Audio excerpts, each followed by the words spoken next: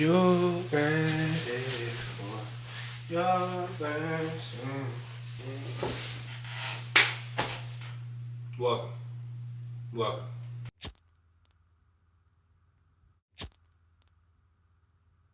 Alright, today I got every book I'm planning to read in 2025. It's about 30 or so, maybe a little over 30.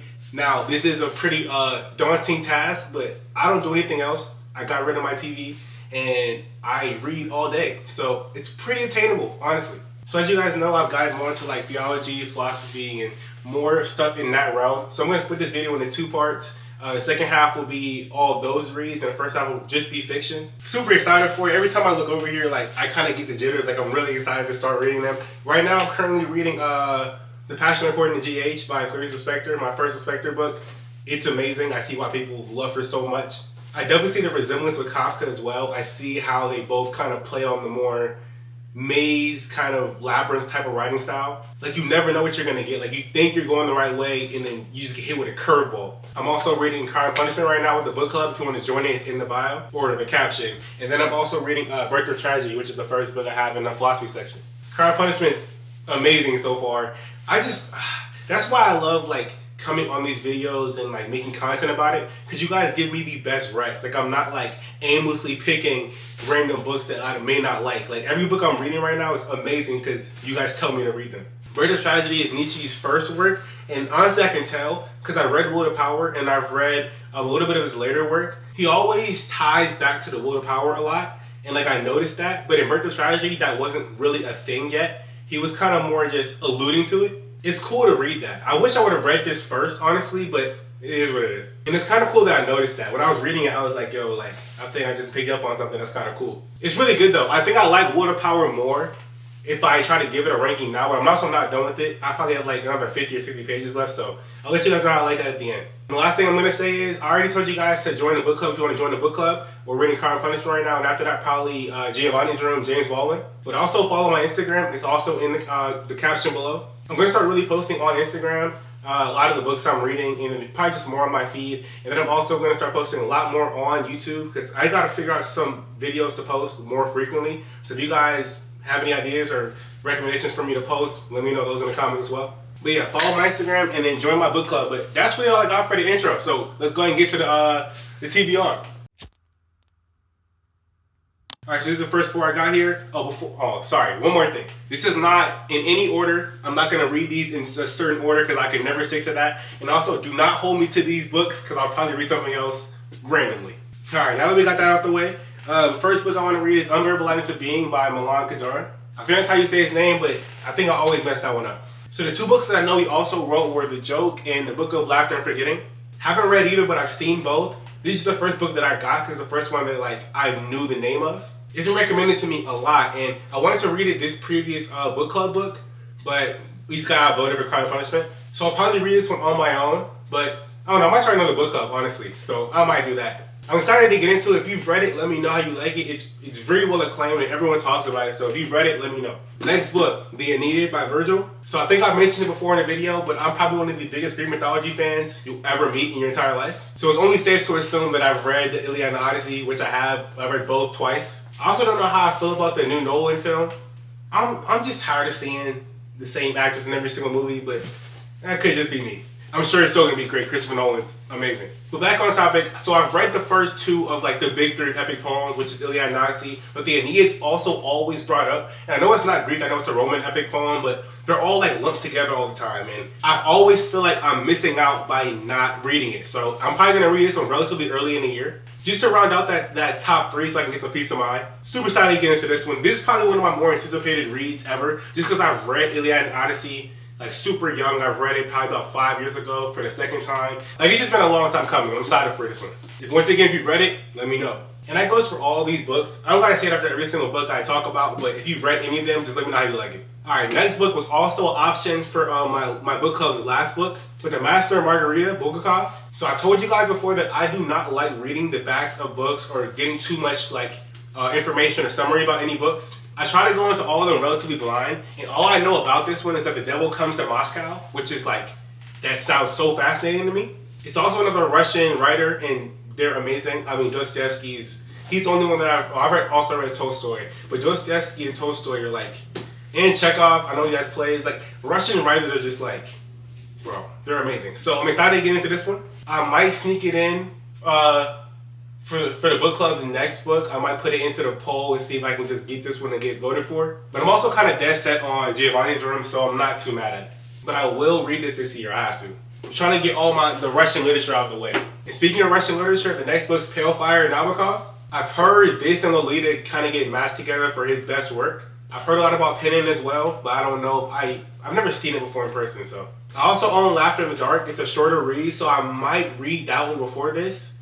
But honestly, I want to stop doing that. I want to just start getting into more of their bigger works, because I feel like my palate's there now to where I can just read it and not have to like have it ease in. I say that now until I start reading this and I really can't understand it, so I'll probably just read Laughter in the Dark first. But I've heard a lot of good about this book. I've heard it's one of the tougher reads, like not as tough as like an Infinite Jest or like a Gravity's Rainbow or Ulysses, but more of just like, it's more like tasking, and you have to like put your full attention into the book. And honestly, that's what I want to start reading. I want to start reading stuff that's more demanding from the reader, because that's the books that you feel like at the end of it, you feel like really accomplished from reading, like, man, like I finally finished that. Like, I know it's not too big of an accomplishment, but when I finished Notes from Underground, just because of what that meant for me when I first started reading, I was like, yo, I feel so good right now. So I gotta find some more books that give me that same feeling. Alright, next one I got here is Wurthering Heights, Emily Bronte. Now this entry is a little up in the air right now, because I do have Charlotte Bronte's Jane Eyre, and I don't know which one to read first. So I'm gonna leave it up to you guys. If you guys have read Jane Eyre and Wurthering Heights, let me know which one to read first, or like which Bronte sister to read first. I think I would like Wurthering Heights more, just off of what I heard, even though I hate when I get summaries. I think Wurthering Heights is more me. But Jane Eyre to me has been more acclaimed. People love it more. So I don't know which one to go first with. But I may stick with Wurthering Heights. I don't know yet. Next book, Anna Karenina, Tolstoy. So earlier this year, I forgot it in my my end of year everything I read video. But I read Death of Ivan Illich by Tolstoy, and I read Family Matters. No, Family Happiness, the first short story in that book. And it was amazing. I see why Tolstoy is acclaimed the way he is, but I want to read Anna Karenina or War and Peace. I think we need Anna Karenina first. I literally have 3 copies of this book, just because like all the covers are beautiful to me. I don't know why. I think it's the only book that I have more than 1 copy of that I haven't read already. Like, I have 3 copies of Metamorphosis, I have 2 copies of Bell Jar, and like 3 of Frankenstein. Those are like my favorite books of all time, and I've read all of those. But I have 3 of Anna Karenina and I haven't read it, so I don't know why. This is the Bartlett translation. I'm gonna read the PNV. It's over there. It's like the one with the flower on the leg. But I've heard it being considered like the greatest book ever written, and that's mind-blowing to me. Like, I've heard Anna Karenina, I've heard Brothers Karamazov. Like, I've heard it's the same books over and over again for the greatest book ever. And this is probably the first time I'm gonna read something that I know is like, okay, this could be the greatest book of all time.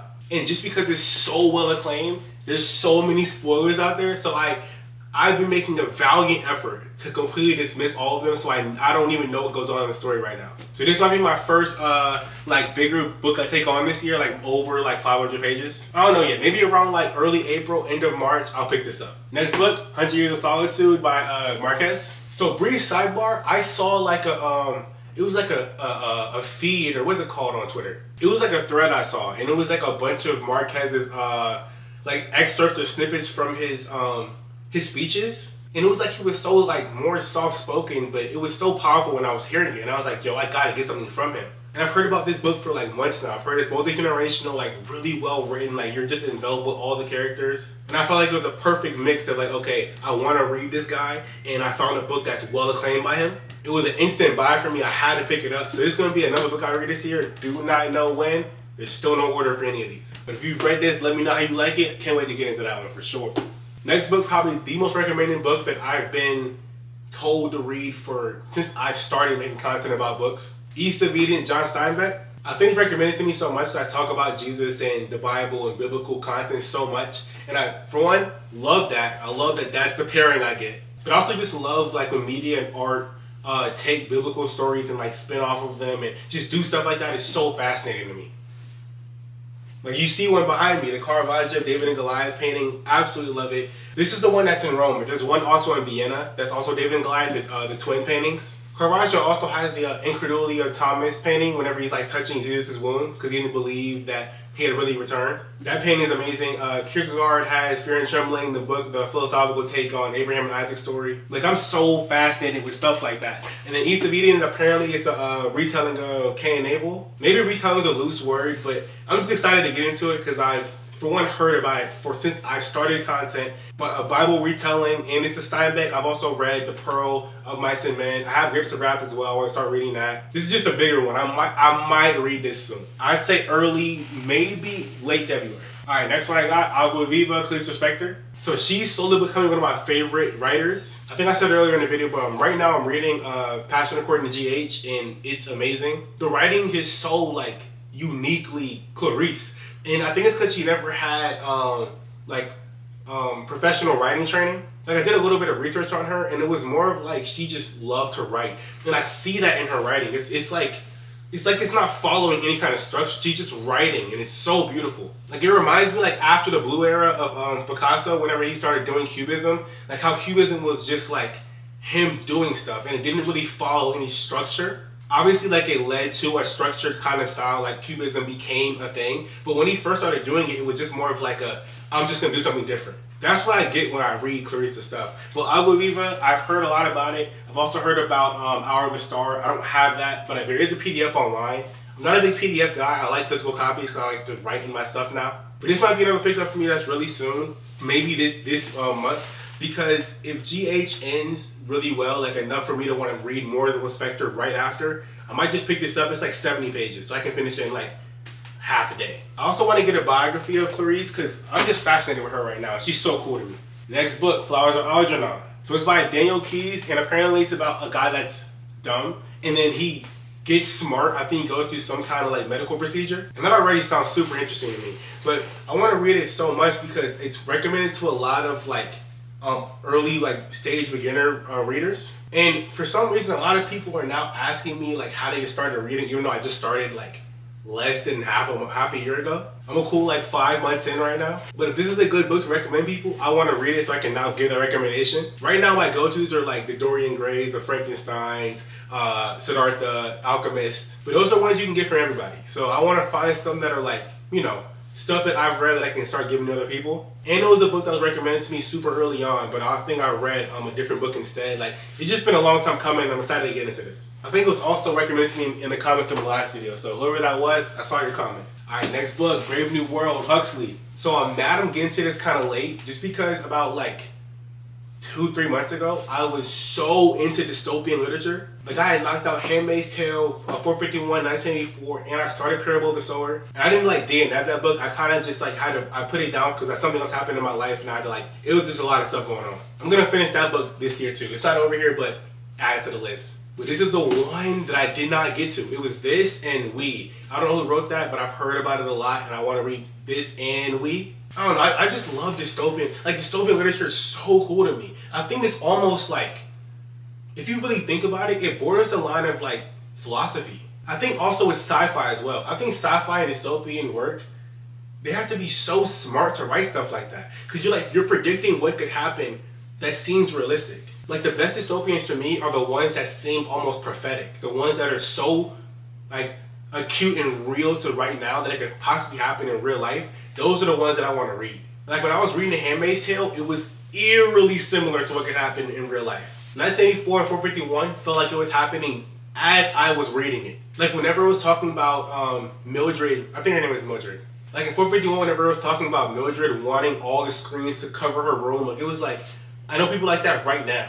And then in 84, obviously Big Brother is like a thing that's literally happening today. And I've heard Brave New World is like another one of those where it rides the line of this could really happen. Super excited to get into it. Next book is Go Tell It on a Mountain, Baldwin. So this is the Baldwin that I'm going to read myself, not with the book club. We're reading Giovanni's Room in the book club, but I wanted to read something else on my own. I think I mentioned it last video, but one of the things that really got me into reading, and really just media in general, honestly, was Nikki Giovanni, rest in peace, and James Baldwin's interview. Like, I had never heard someone speaking that way, and I was like, yo, this is beautiful. So I always felt so bad by not having any of his work. Like, this was the first Baldwin that I owned at all. I had so many books before them, and I was like, yo, like, I don't even have a James Baldwin. That's so crazy. This is probably one of my more, like, really, really anticipated books that I want to read this year. This is, I already had this plan on reading at the end of this month after I finish the 2 books I'm reading now. Like, it was going to be this, or I picked up Agua Viva after GH. I heard there's a lot of biblical stuff in this as well. It's not a retelling, but just more of like a religious, spiritual kind of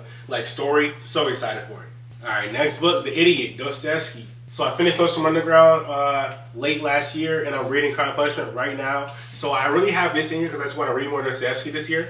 I own a lot of his stuff. I have the ones that I have left to read. I have The Idiot, I have Demons, I have some of his short stories. I have like White Knights, The Gambler, The Double. I don't have The Adolescent. I don't have House of the Dead, but I want those soon. I don't have the one with the village. I don't have the unfinished novel, like with the girl in the front. I think it starts with an N. Don't have either one of those. But I have enough Dostoevsky to where I could really like knock out a good chunk of his stuff this year. And that's the goal, honestly. Super excited for it. He's so revolutionary. I love his writing style. And I know that sounds cliche, but like I'm not a big fan of like if something's popular, it can't be good. Like I try and stay away from it. That's not me at all. Like I definitely lean more into if it's popular, there's something about it that I gotta get from it. But super excited for this one. Man, dude, this is why I hate. I just want to read all these right now. I wish I had superhuman reading skills so I can just like read so fast all day. Next book, Crime and Punishment. I'm currently reading this right now, probably like 40, 50 pages in. Masterclass work.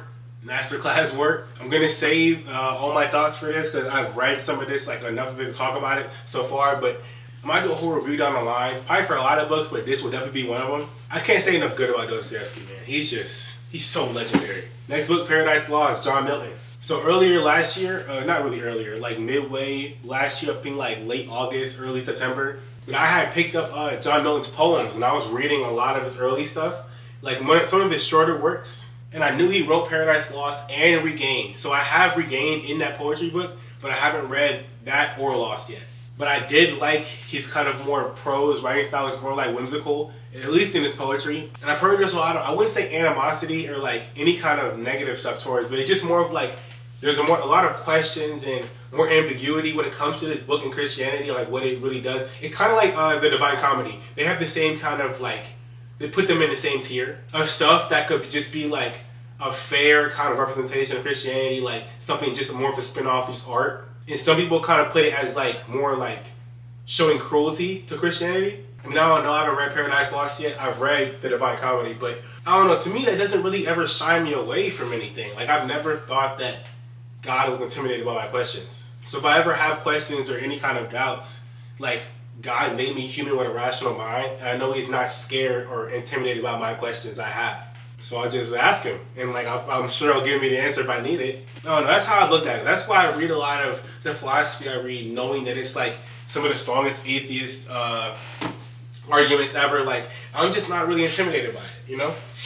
I never really was. But next book I got here, not really a book, but Diaries, Kafka's Diaries. Yo, when I got this, I was, oh my gosh, I was jumping around my house. So I gotta show you guys this every time I bring up Kafka, but I literally have a Kafka tattoo. I don't know if you guys can see him. The lighting's kind of bad. But he's probably one of my favorite people ever. Like, I absolutely love him. Kafka is literally me. I'm Kafka reincarnated. Like, when I read his stuff, it's like, oh my gosh, he's the one. Like, I'm a huge fan of Sylvia. Love Clarice, who's also becoming one of my favorite writers. But there's just something about Kafka. Like, I feel like me and Kafka we relate, man. We relate. Once again, I'm okay. No need to check up and worry about me. But I am so excited to get into this, man. Like, he's so next level. I want to do a whole Kafka video, actually.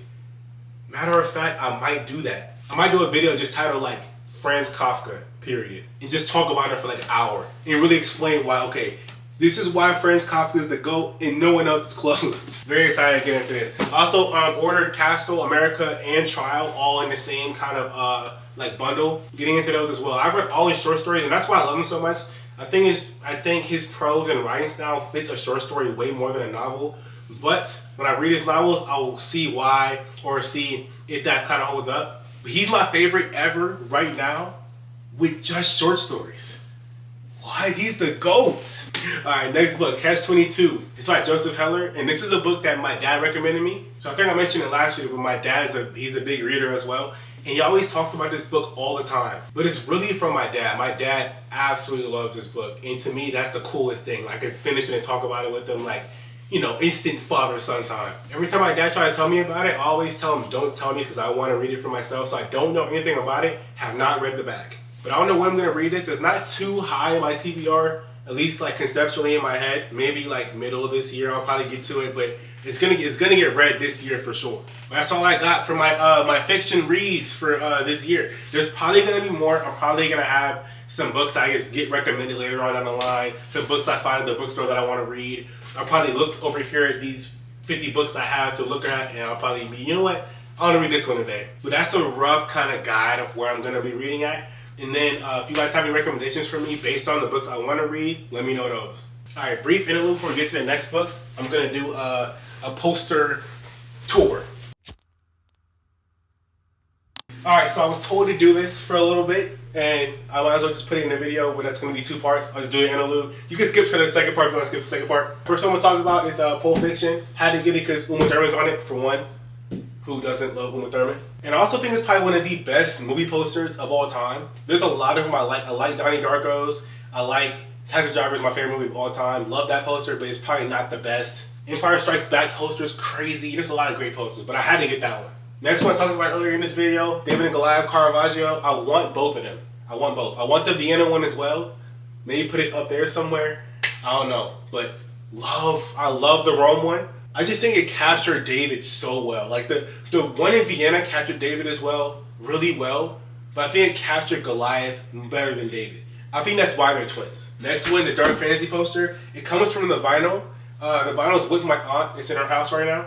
But this, I also have the tattoo. It's on my leg. I don't feel like showing. I might show you guys later on down the line. But I absolutely love this cover art. It's probably one of my favorite cover arts of all time. It's up there with Men on the Moon 2. Love that cover art. Tidal, Fiona Apple. Might be #1. Nothing Was the Same. Drake, the original one, not the deluxe. Ready to Die, Biggie, another crazy one. I love Aeneid with a Heartbreak. Really simple, really minimalist, but I love it. I also just love Kanye. Anything Kanye does, like, that's my guy. Next one, New Danger, Mos Def. Usually you guys can't see this because the chair is covering it, but this album's amazing. If you haven't heard it, listen to it. It's, oh my God, life-changing. The Boogeyman song's probably one of the best songs I've ever heard in my entire life. There's so many amazing songs on there. You guys can't see this over here, but it's the What You Heard cover from Brent by Sonder. That song's amazing, one of my favorite songs probably ever, but I just love the cover. I don't know if you guys can see this, but this is And Paradox by Brent, one of my favorite albums of all time. This cover is amazing. I love the pastel paint kind of, it kind of reminds me of the Dark Fantasy cover. This is Blondie, who, amazing. When I first got into music, Blondie was like one of my favorite bands. They had so many great projects. Like, no one can tell me Parallel Lines is not one of the best albums literally ever made. But alright, I don't know if you guys can see me or this poster. I'll just point to it over here. This is the Bruce Lee poster. He's one of my favorite people to ever live. Like, he's just so inspiring to me. It's because he speaks so poetically, and he speaks the way, like, Eastern literature's written. Like, he speaks in a way of, like the Taoist kind of, Confucius kind of literature. She's so poetic. Love Bruce Lee. This is also Aaliyah. You can't see it. I'll probably put a picture up of what the poster is. But Aaliyah is one of my favorite people ever. When I was younger, I was obsessed with her. And I don't think, for one, she's beautiful. But it wasn't really about looks for me. It was more of just like, I thought she was the coolest person to ever walk the earth. She's just so cool. Like, the way the industry failed her. Oh my gosh, they failed her. You guys can't see the two ends over here. I'll just kind of tell you what they are. I might put up pictures. But this is the Woodstock 99 original poster. It's not the same one, but it just looks like it's a replica.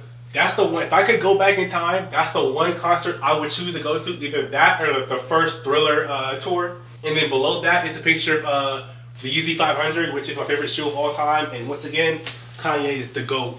And then over here, top is Ziggy Stardust, the album by David Bowie. Amazing. We all know that. Instant classic. And then below that, the last poster I have on this side is Stanley Kubrick's Clockwork Orange. It's the movie poster. Probably my top 5 favorite movies of all time, if not top 3 maybe. I just love the more noir, psychological kind of movie. Like, to me, that's peak media right there. But that's a cool intermission. If you watch this, I absolutely love you. I have more posters around my room. I'll show you guys those another time. But alright, let's get back into the last part of the video.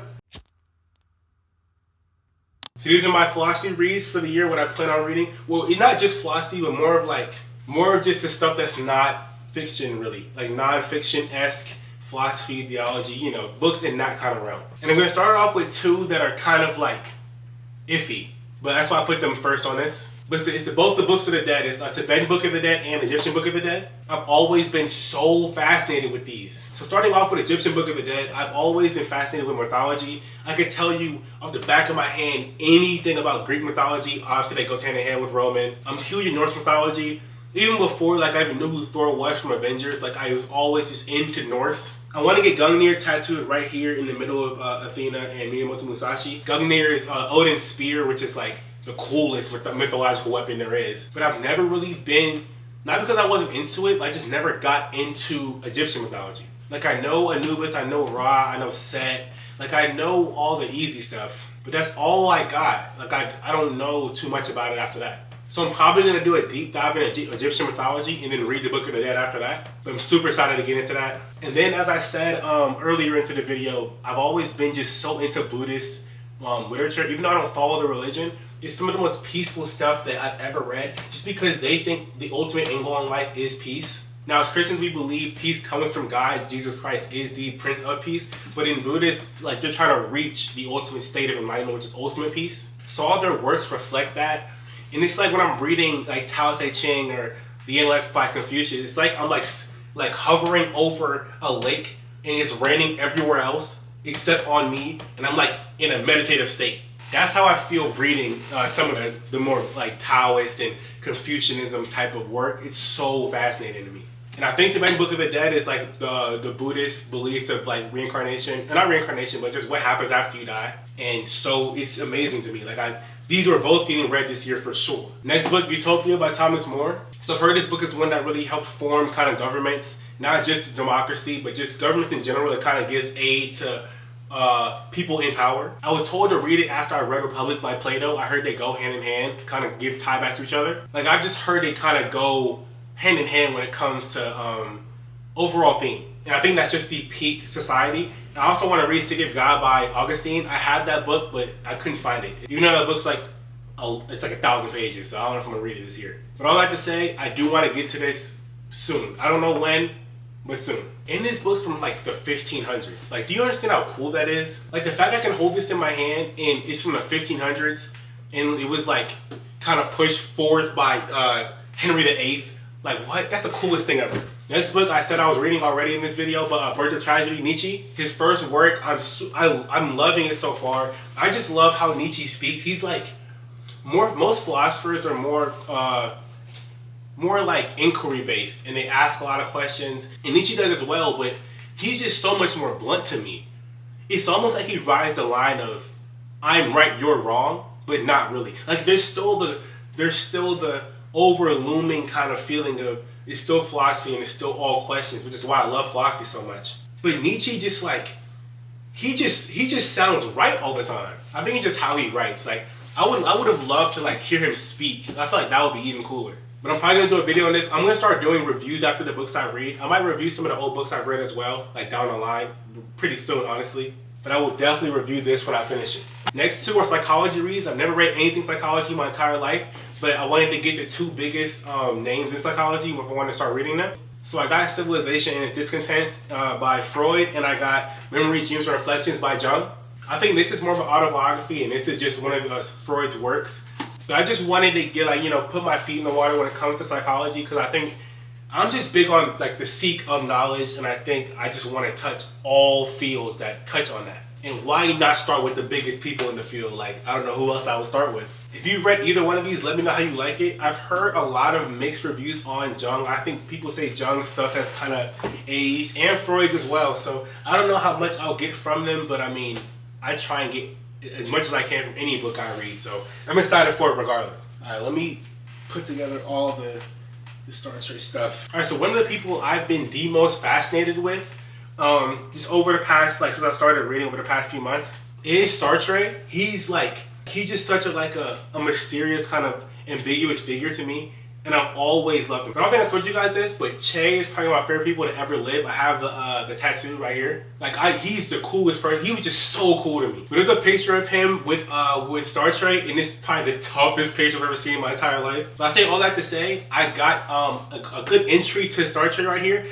This is his selected essays, like all the stuff that he found just at his apartment. It touches on just a lot of stuff that he was just writing about in his free time. And there's a section in this book I saw when I picked it up. There's a critique of The Stranger by Camus in this. So cool. I actually don't know if it's a critique. I think he's just talking about The Stranger, but like, I've read The Stranger, so I want to see what he has to say about it. That's so cool to me. And this is his most famous work, Being and Nothingness. I definitely want to read this.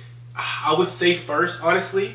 I'm probably going to read this one first. It's kind of long, probably one of the longer books that I plan on reading this year, like 800 pages. So I might do that after Kafka's Diaries, or maybe after Karenina. I don't know yet. And this is the No Exit plays. Now, I've seen the No Exit YouTube video of the people that did the play. But he also has a few more plays in here. And I just got this because it's more Sartre to get. I think it was also in the section. It was like another like $3, $4. I was like, might as well get this too. But I'm excited to get into Sartre this year. He's just so fascinating to me, and I have to get into him soon.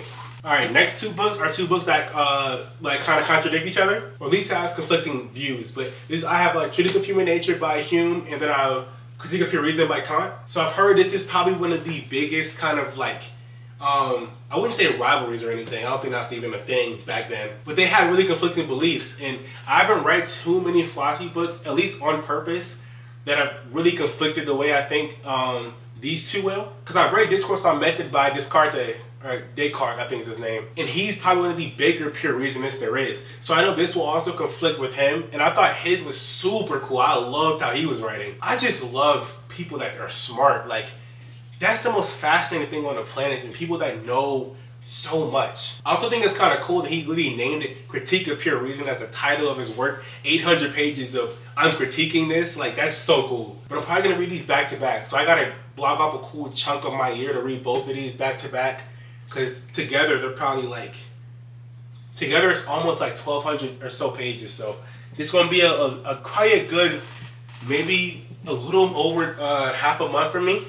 But I'll figure it out. Next book, Either Or by Soren Kierkegaard. So my favorite philosopher of all time for a minute was Aquinas. But Kierkegaard is probably my favorite if you ask me today. And that's simply because of the book Fear and Trembling, which is the retelling of Abraham and Isaac's story, which is my favorite story in the Bible. I have the knife Abraham used tatted right here. Or at least that's what it resembles. But I loved Fear and Trembling. It was probably one of the more insightful books that I've ever read in my entire life. And I got so much out of it when I read it. Like, and it was like, I think a little over 100 pages. Like, it was so short, but there was so much in it. It kind of gave me the same feeling I got from like Myth of Sisyphus when I read that from Camus. Like, it was like maybe a little over 100 pages, but it was like so profound. He's just such an original thinker. He's very unique. I would be reluctant to call him a philosopher, really. He's just more of like a thinker. Like, he's just a very unique person. But I've heard this is more of like a novel. It kind of rides the same line as A Stranger would, where it's more of like a philosophy or a way of thinking built into a story. But that's all I know about this, and that could be totally wrong. But that's all I really know, or I'm knowing going into it. But I'm excited to read some more Kierkegaard because he's literally the one. Next book, Augustine's Confessions. So I read Rousseau's Confessions. Now, he was like super arrogant in his Confessions. I know a lot of stuff about Rousseau that I probably didn't need to ever know. But he was a genius, so I mean, like, it's okay. I'm also a big Kanye fan, and he's probably the most arrogant person to ever live, but it's Kanye, so he can do that. But I say all that to say, I just like the way Confessions or memoir, autobiography style writings are written. And I've heard this is the first autobiography ever written, or at least the first one that's given a claim to. And it's Augustine, like probably one of the biggest names in the faith that I believe in. I mean, like, he's probably bigger than Aquinas, and he wrote City of God. Like, what? The coolest person ever. Very excited to get into that. If you've read it, let me know how you like it. The next one I got is The Sickness Unto Death. Another Kierkegaard book. I want to read this one after I read Either Or, though, because I've heard Either Or is like, you know, it's easier to get into after Fear and Trembling. So as you guys know, I've said it before, I'm not too big on knowing summaries too much. So I just picked it up because I knew Kierkegaard wrote it, but I don't know anything about it. And I love it that way. That's how I like to read. So I'm going to pick this up after I read Either Or and let you guys know how I like it. I'm just excited to get into more work by him. He's one of the more like interesting figures like in literature that I've read so far. He's really unique. Next book I got is my first Foucault. I think that's how you say his name, but Madness and Civilization. So I've heard it's more of like a non-fiction philosophy book. And when I posted I got this book, someone started up and said it has one of the best like outlooks on madness ever written or in any kind of media ever. Like, it's just really well acclaimed, and I love stuff like that. People say it's changed the way they see the world, how they see government, how they see imprisonment, madness, how society works, like functions around people that need help. Like, a lot of crazy stuff like that I want to get into. And he has so many books. Every time I go to the philosophy section, it's like 10 of his books that are lined up like this, all look like this. Like, just excited to get into this. And I heard he's super interesting, like, as a person. I have to watch a video. He sent me a video to watch by him, or not by him, but a video about just Foucault in general. I gotta watch that one soon. Gotta watch that soon. But the last one I got here, the first one I got is my first Pascal, but Pensees, I think that's how you say it. Pensees. So when I was in Virginia earlier this year, unfortunately when I got into Barnes & Nobles, I did read like 10 pages of it in the store because I was bored. And he's another one of the more Christian philosophers. He was a theist and landed on Christianity later on in his life. And the way he was writing was so powerful when I was reading it. It was almost like, it was like the mix of the bluntness of a Kafka, Spectre, or Nietzsche, mixed with like the more mystical kind of writing of like a Kierkegaard. Like, it was just, that's a bad explanation, I think, but it's different, a different kind of writing style. Definitely one that I wouldn't expect from a philosopher. But I'm very excited to get into this. Like, I don't know when I'm going to read that. I have a lot of books like in my head, more conceptually in my TBR, and it's not in like my top 10 or so. But it's getting picked up this year for sure. Next book I've already read, but I want to reread it now that I have a more advanced palette, I would say. The Analects by Confucius. So I read this early on our reading journey, probably like a few months ago, 6-7 months ago. It was really good. I remember a lot of stuff from it, but I want to reread it now with the mind I have now after I've read Tao Te Ching. I've read some of the more Buddhist works. I've read just more reading in general, like more work in general. Because I feel like there was something I didn't get out of it that I needed to, and I hate that feeling. I hate it, so I have to read it again. And it is like 300 pages, but it didn't read that way. It felt like I was reading it really fast because he's not trying, once again, the Buddhist stuff's just more peaceful. It's not like, he's not trying to make you pay attention to what he's saying. It's just more of like, the feeling you're getting. I really recommend reading Eastern literature. It's something about it that's just so like tranquil. But I'm very excited to get into this one once again. Don't know when, but will happen this year. The last one I got here is Spinoza. It's some of his selections. So the only book I've seen from Spinoza in person was Ethics, and I didn't get it, unfortunately. I think I got a different book instead. But this has some selections from Ethics in it, and some more stuff by him. He's one of my most recommended philosophers outside of before I got into Kierkegaard and before I got into Nietzsche. It was them two and Spinoza. So I'm really excited to get into him. I don't know too much about him or what he believes. I don't know if he's an idealist, rationalist, nihilist. I don't know what he believes really. But I think it's cool that I don't know what he really grounds himself in, because it's like a challenge for me when I read him to kind of like learn from what I've read before and like decipher what he is like from what he's saying. I don't know if that makes sense, but that's what I kind of try and do now, because I think like I just feel like I'm getting more well versed in philosophy. That's the coolest feeling for me. So I'm excited to get into Spinoza's stuff. I'll read all these selections, and I'll probably pick up Ethics and then just see where it takes me after that. But that is all the books that I plan on reading this year that I have on hand that I can think of right now. Thank you guys for watching this video. If you have any more recommendations for me after the philosophy and the fiction stuff earlier, just anything that I like based off my posters, anything you saw in this video that you think I would enjoy, just recommend it to me. I'll probably pick it up and I'll let you know how I like it when I read it. Now I want to start posting more on YouTube. I don't really have the ideas for it. So if you guys have any ideas for what I should post, let me know that as well. If you want to join the book club, it's the Fable Book Club. It's in my bio or in the caption, along with my Instagram. Follow that as well. But I love you guys for watching the video once again, man. That's all I gotta say. Now I gotta clean up all these books. I don't know where I'm gonna put them. But have a blessed day. Read something today.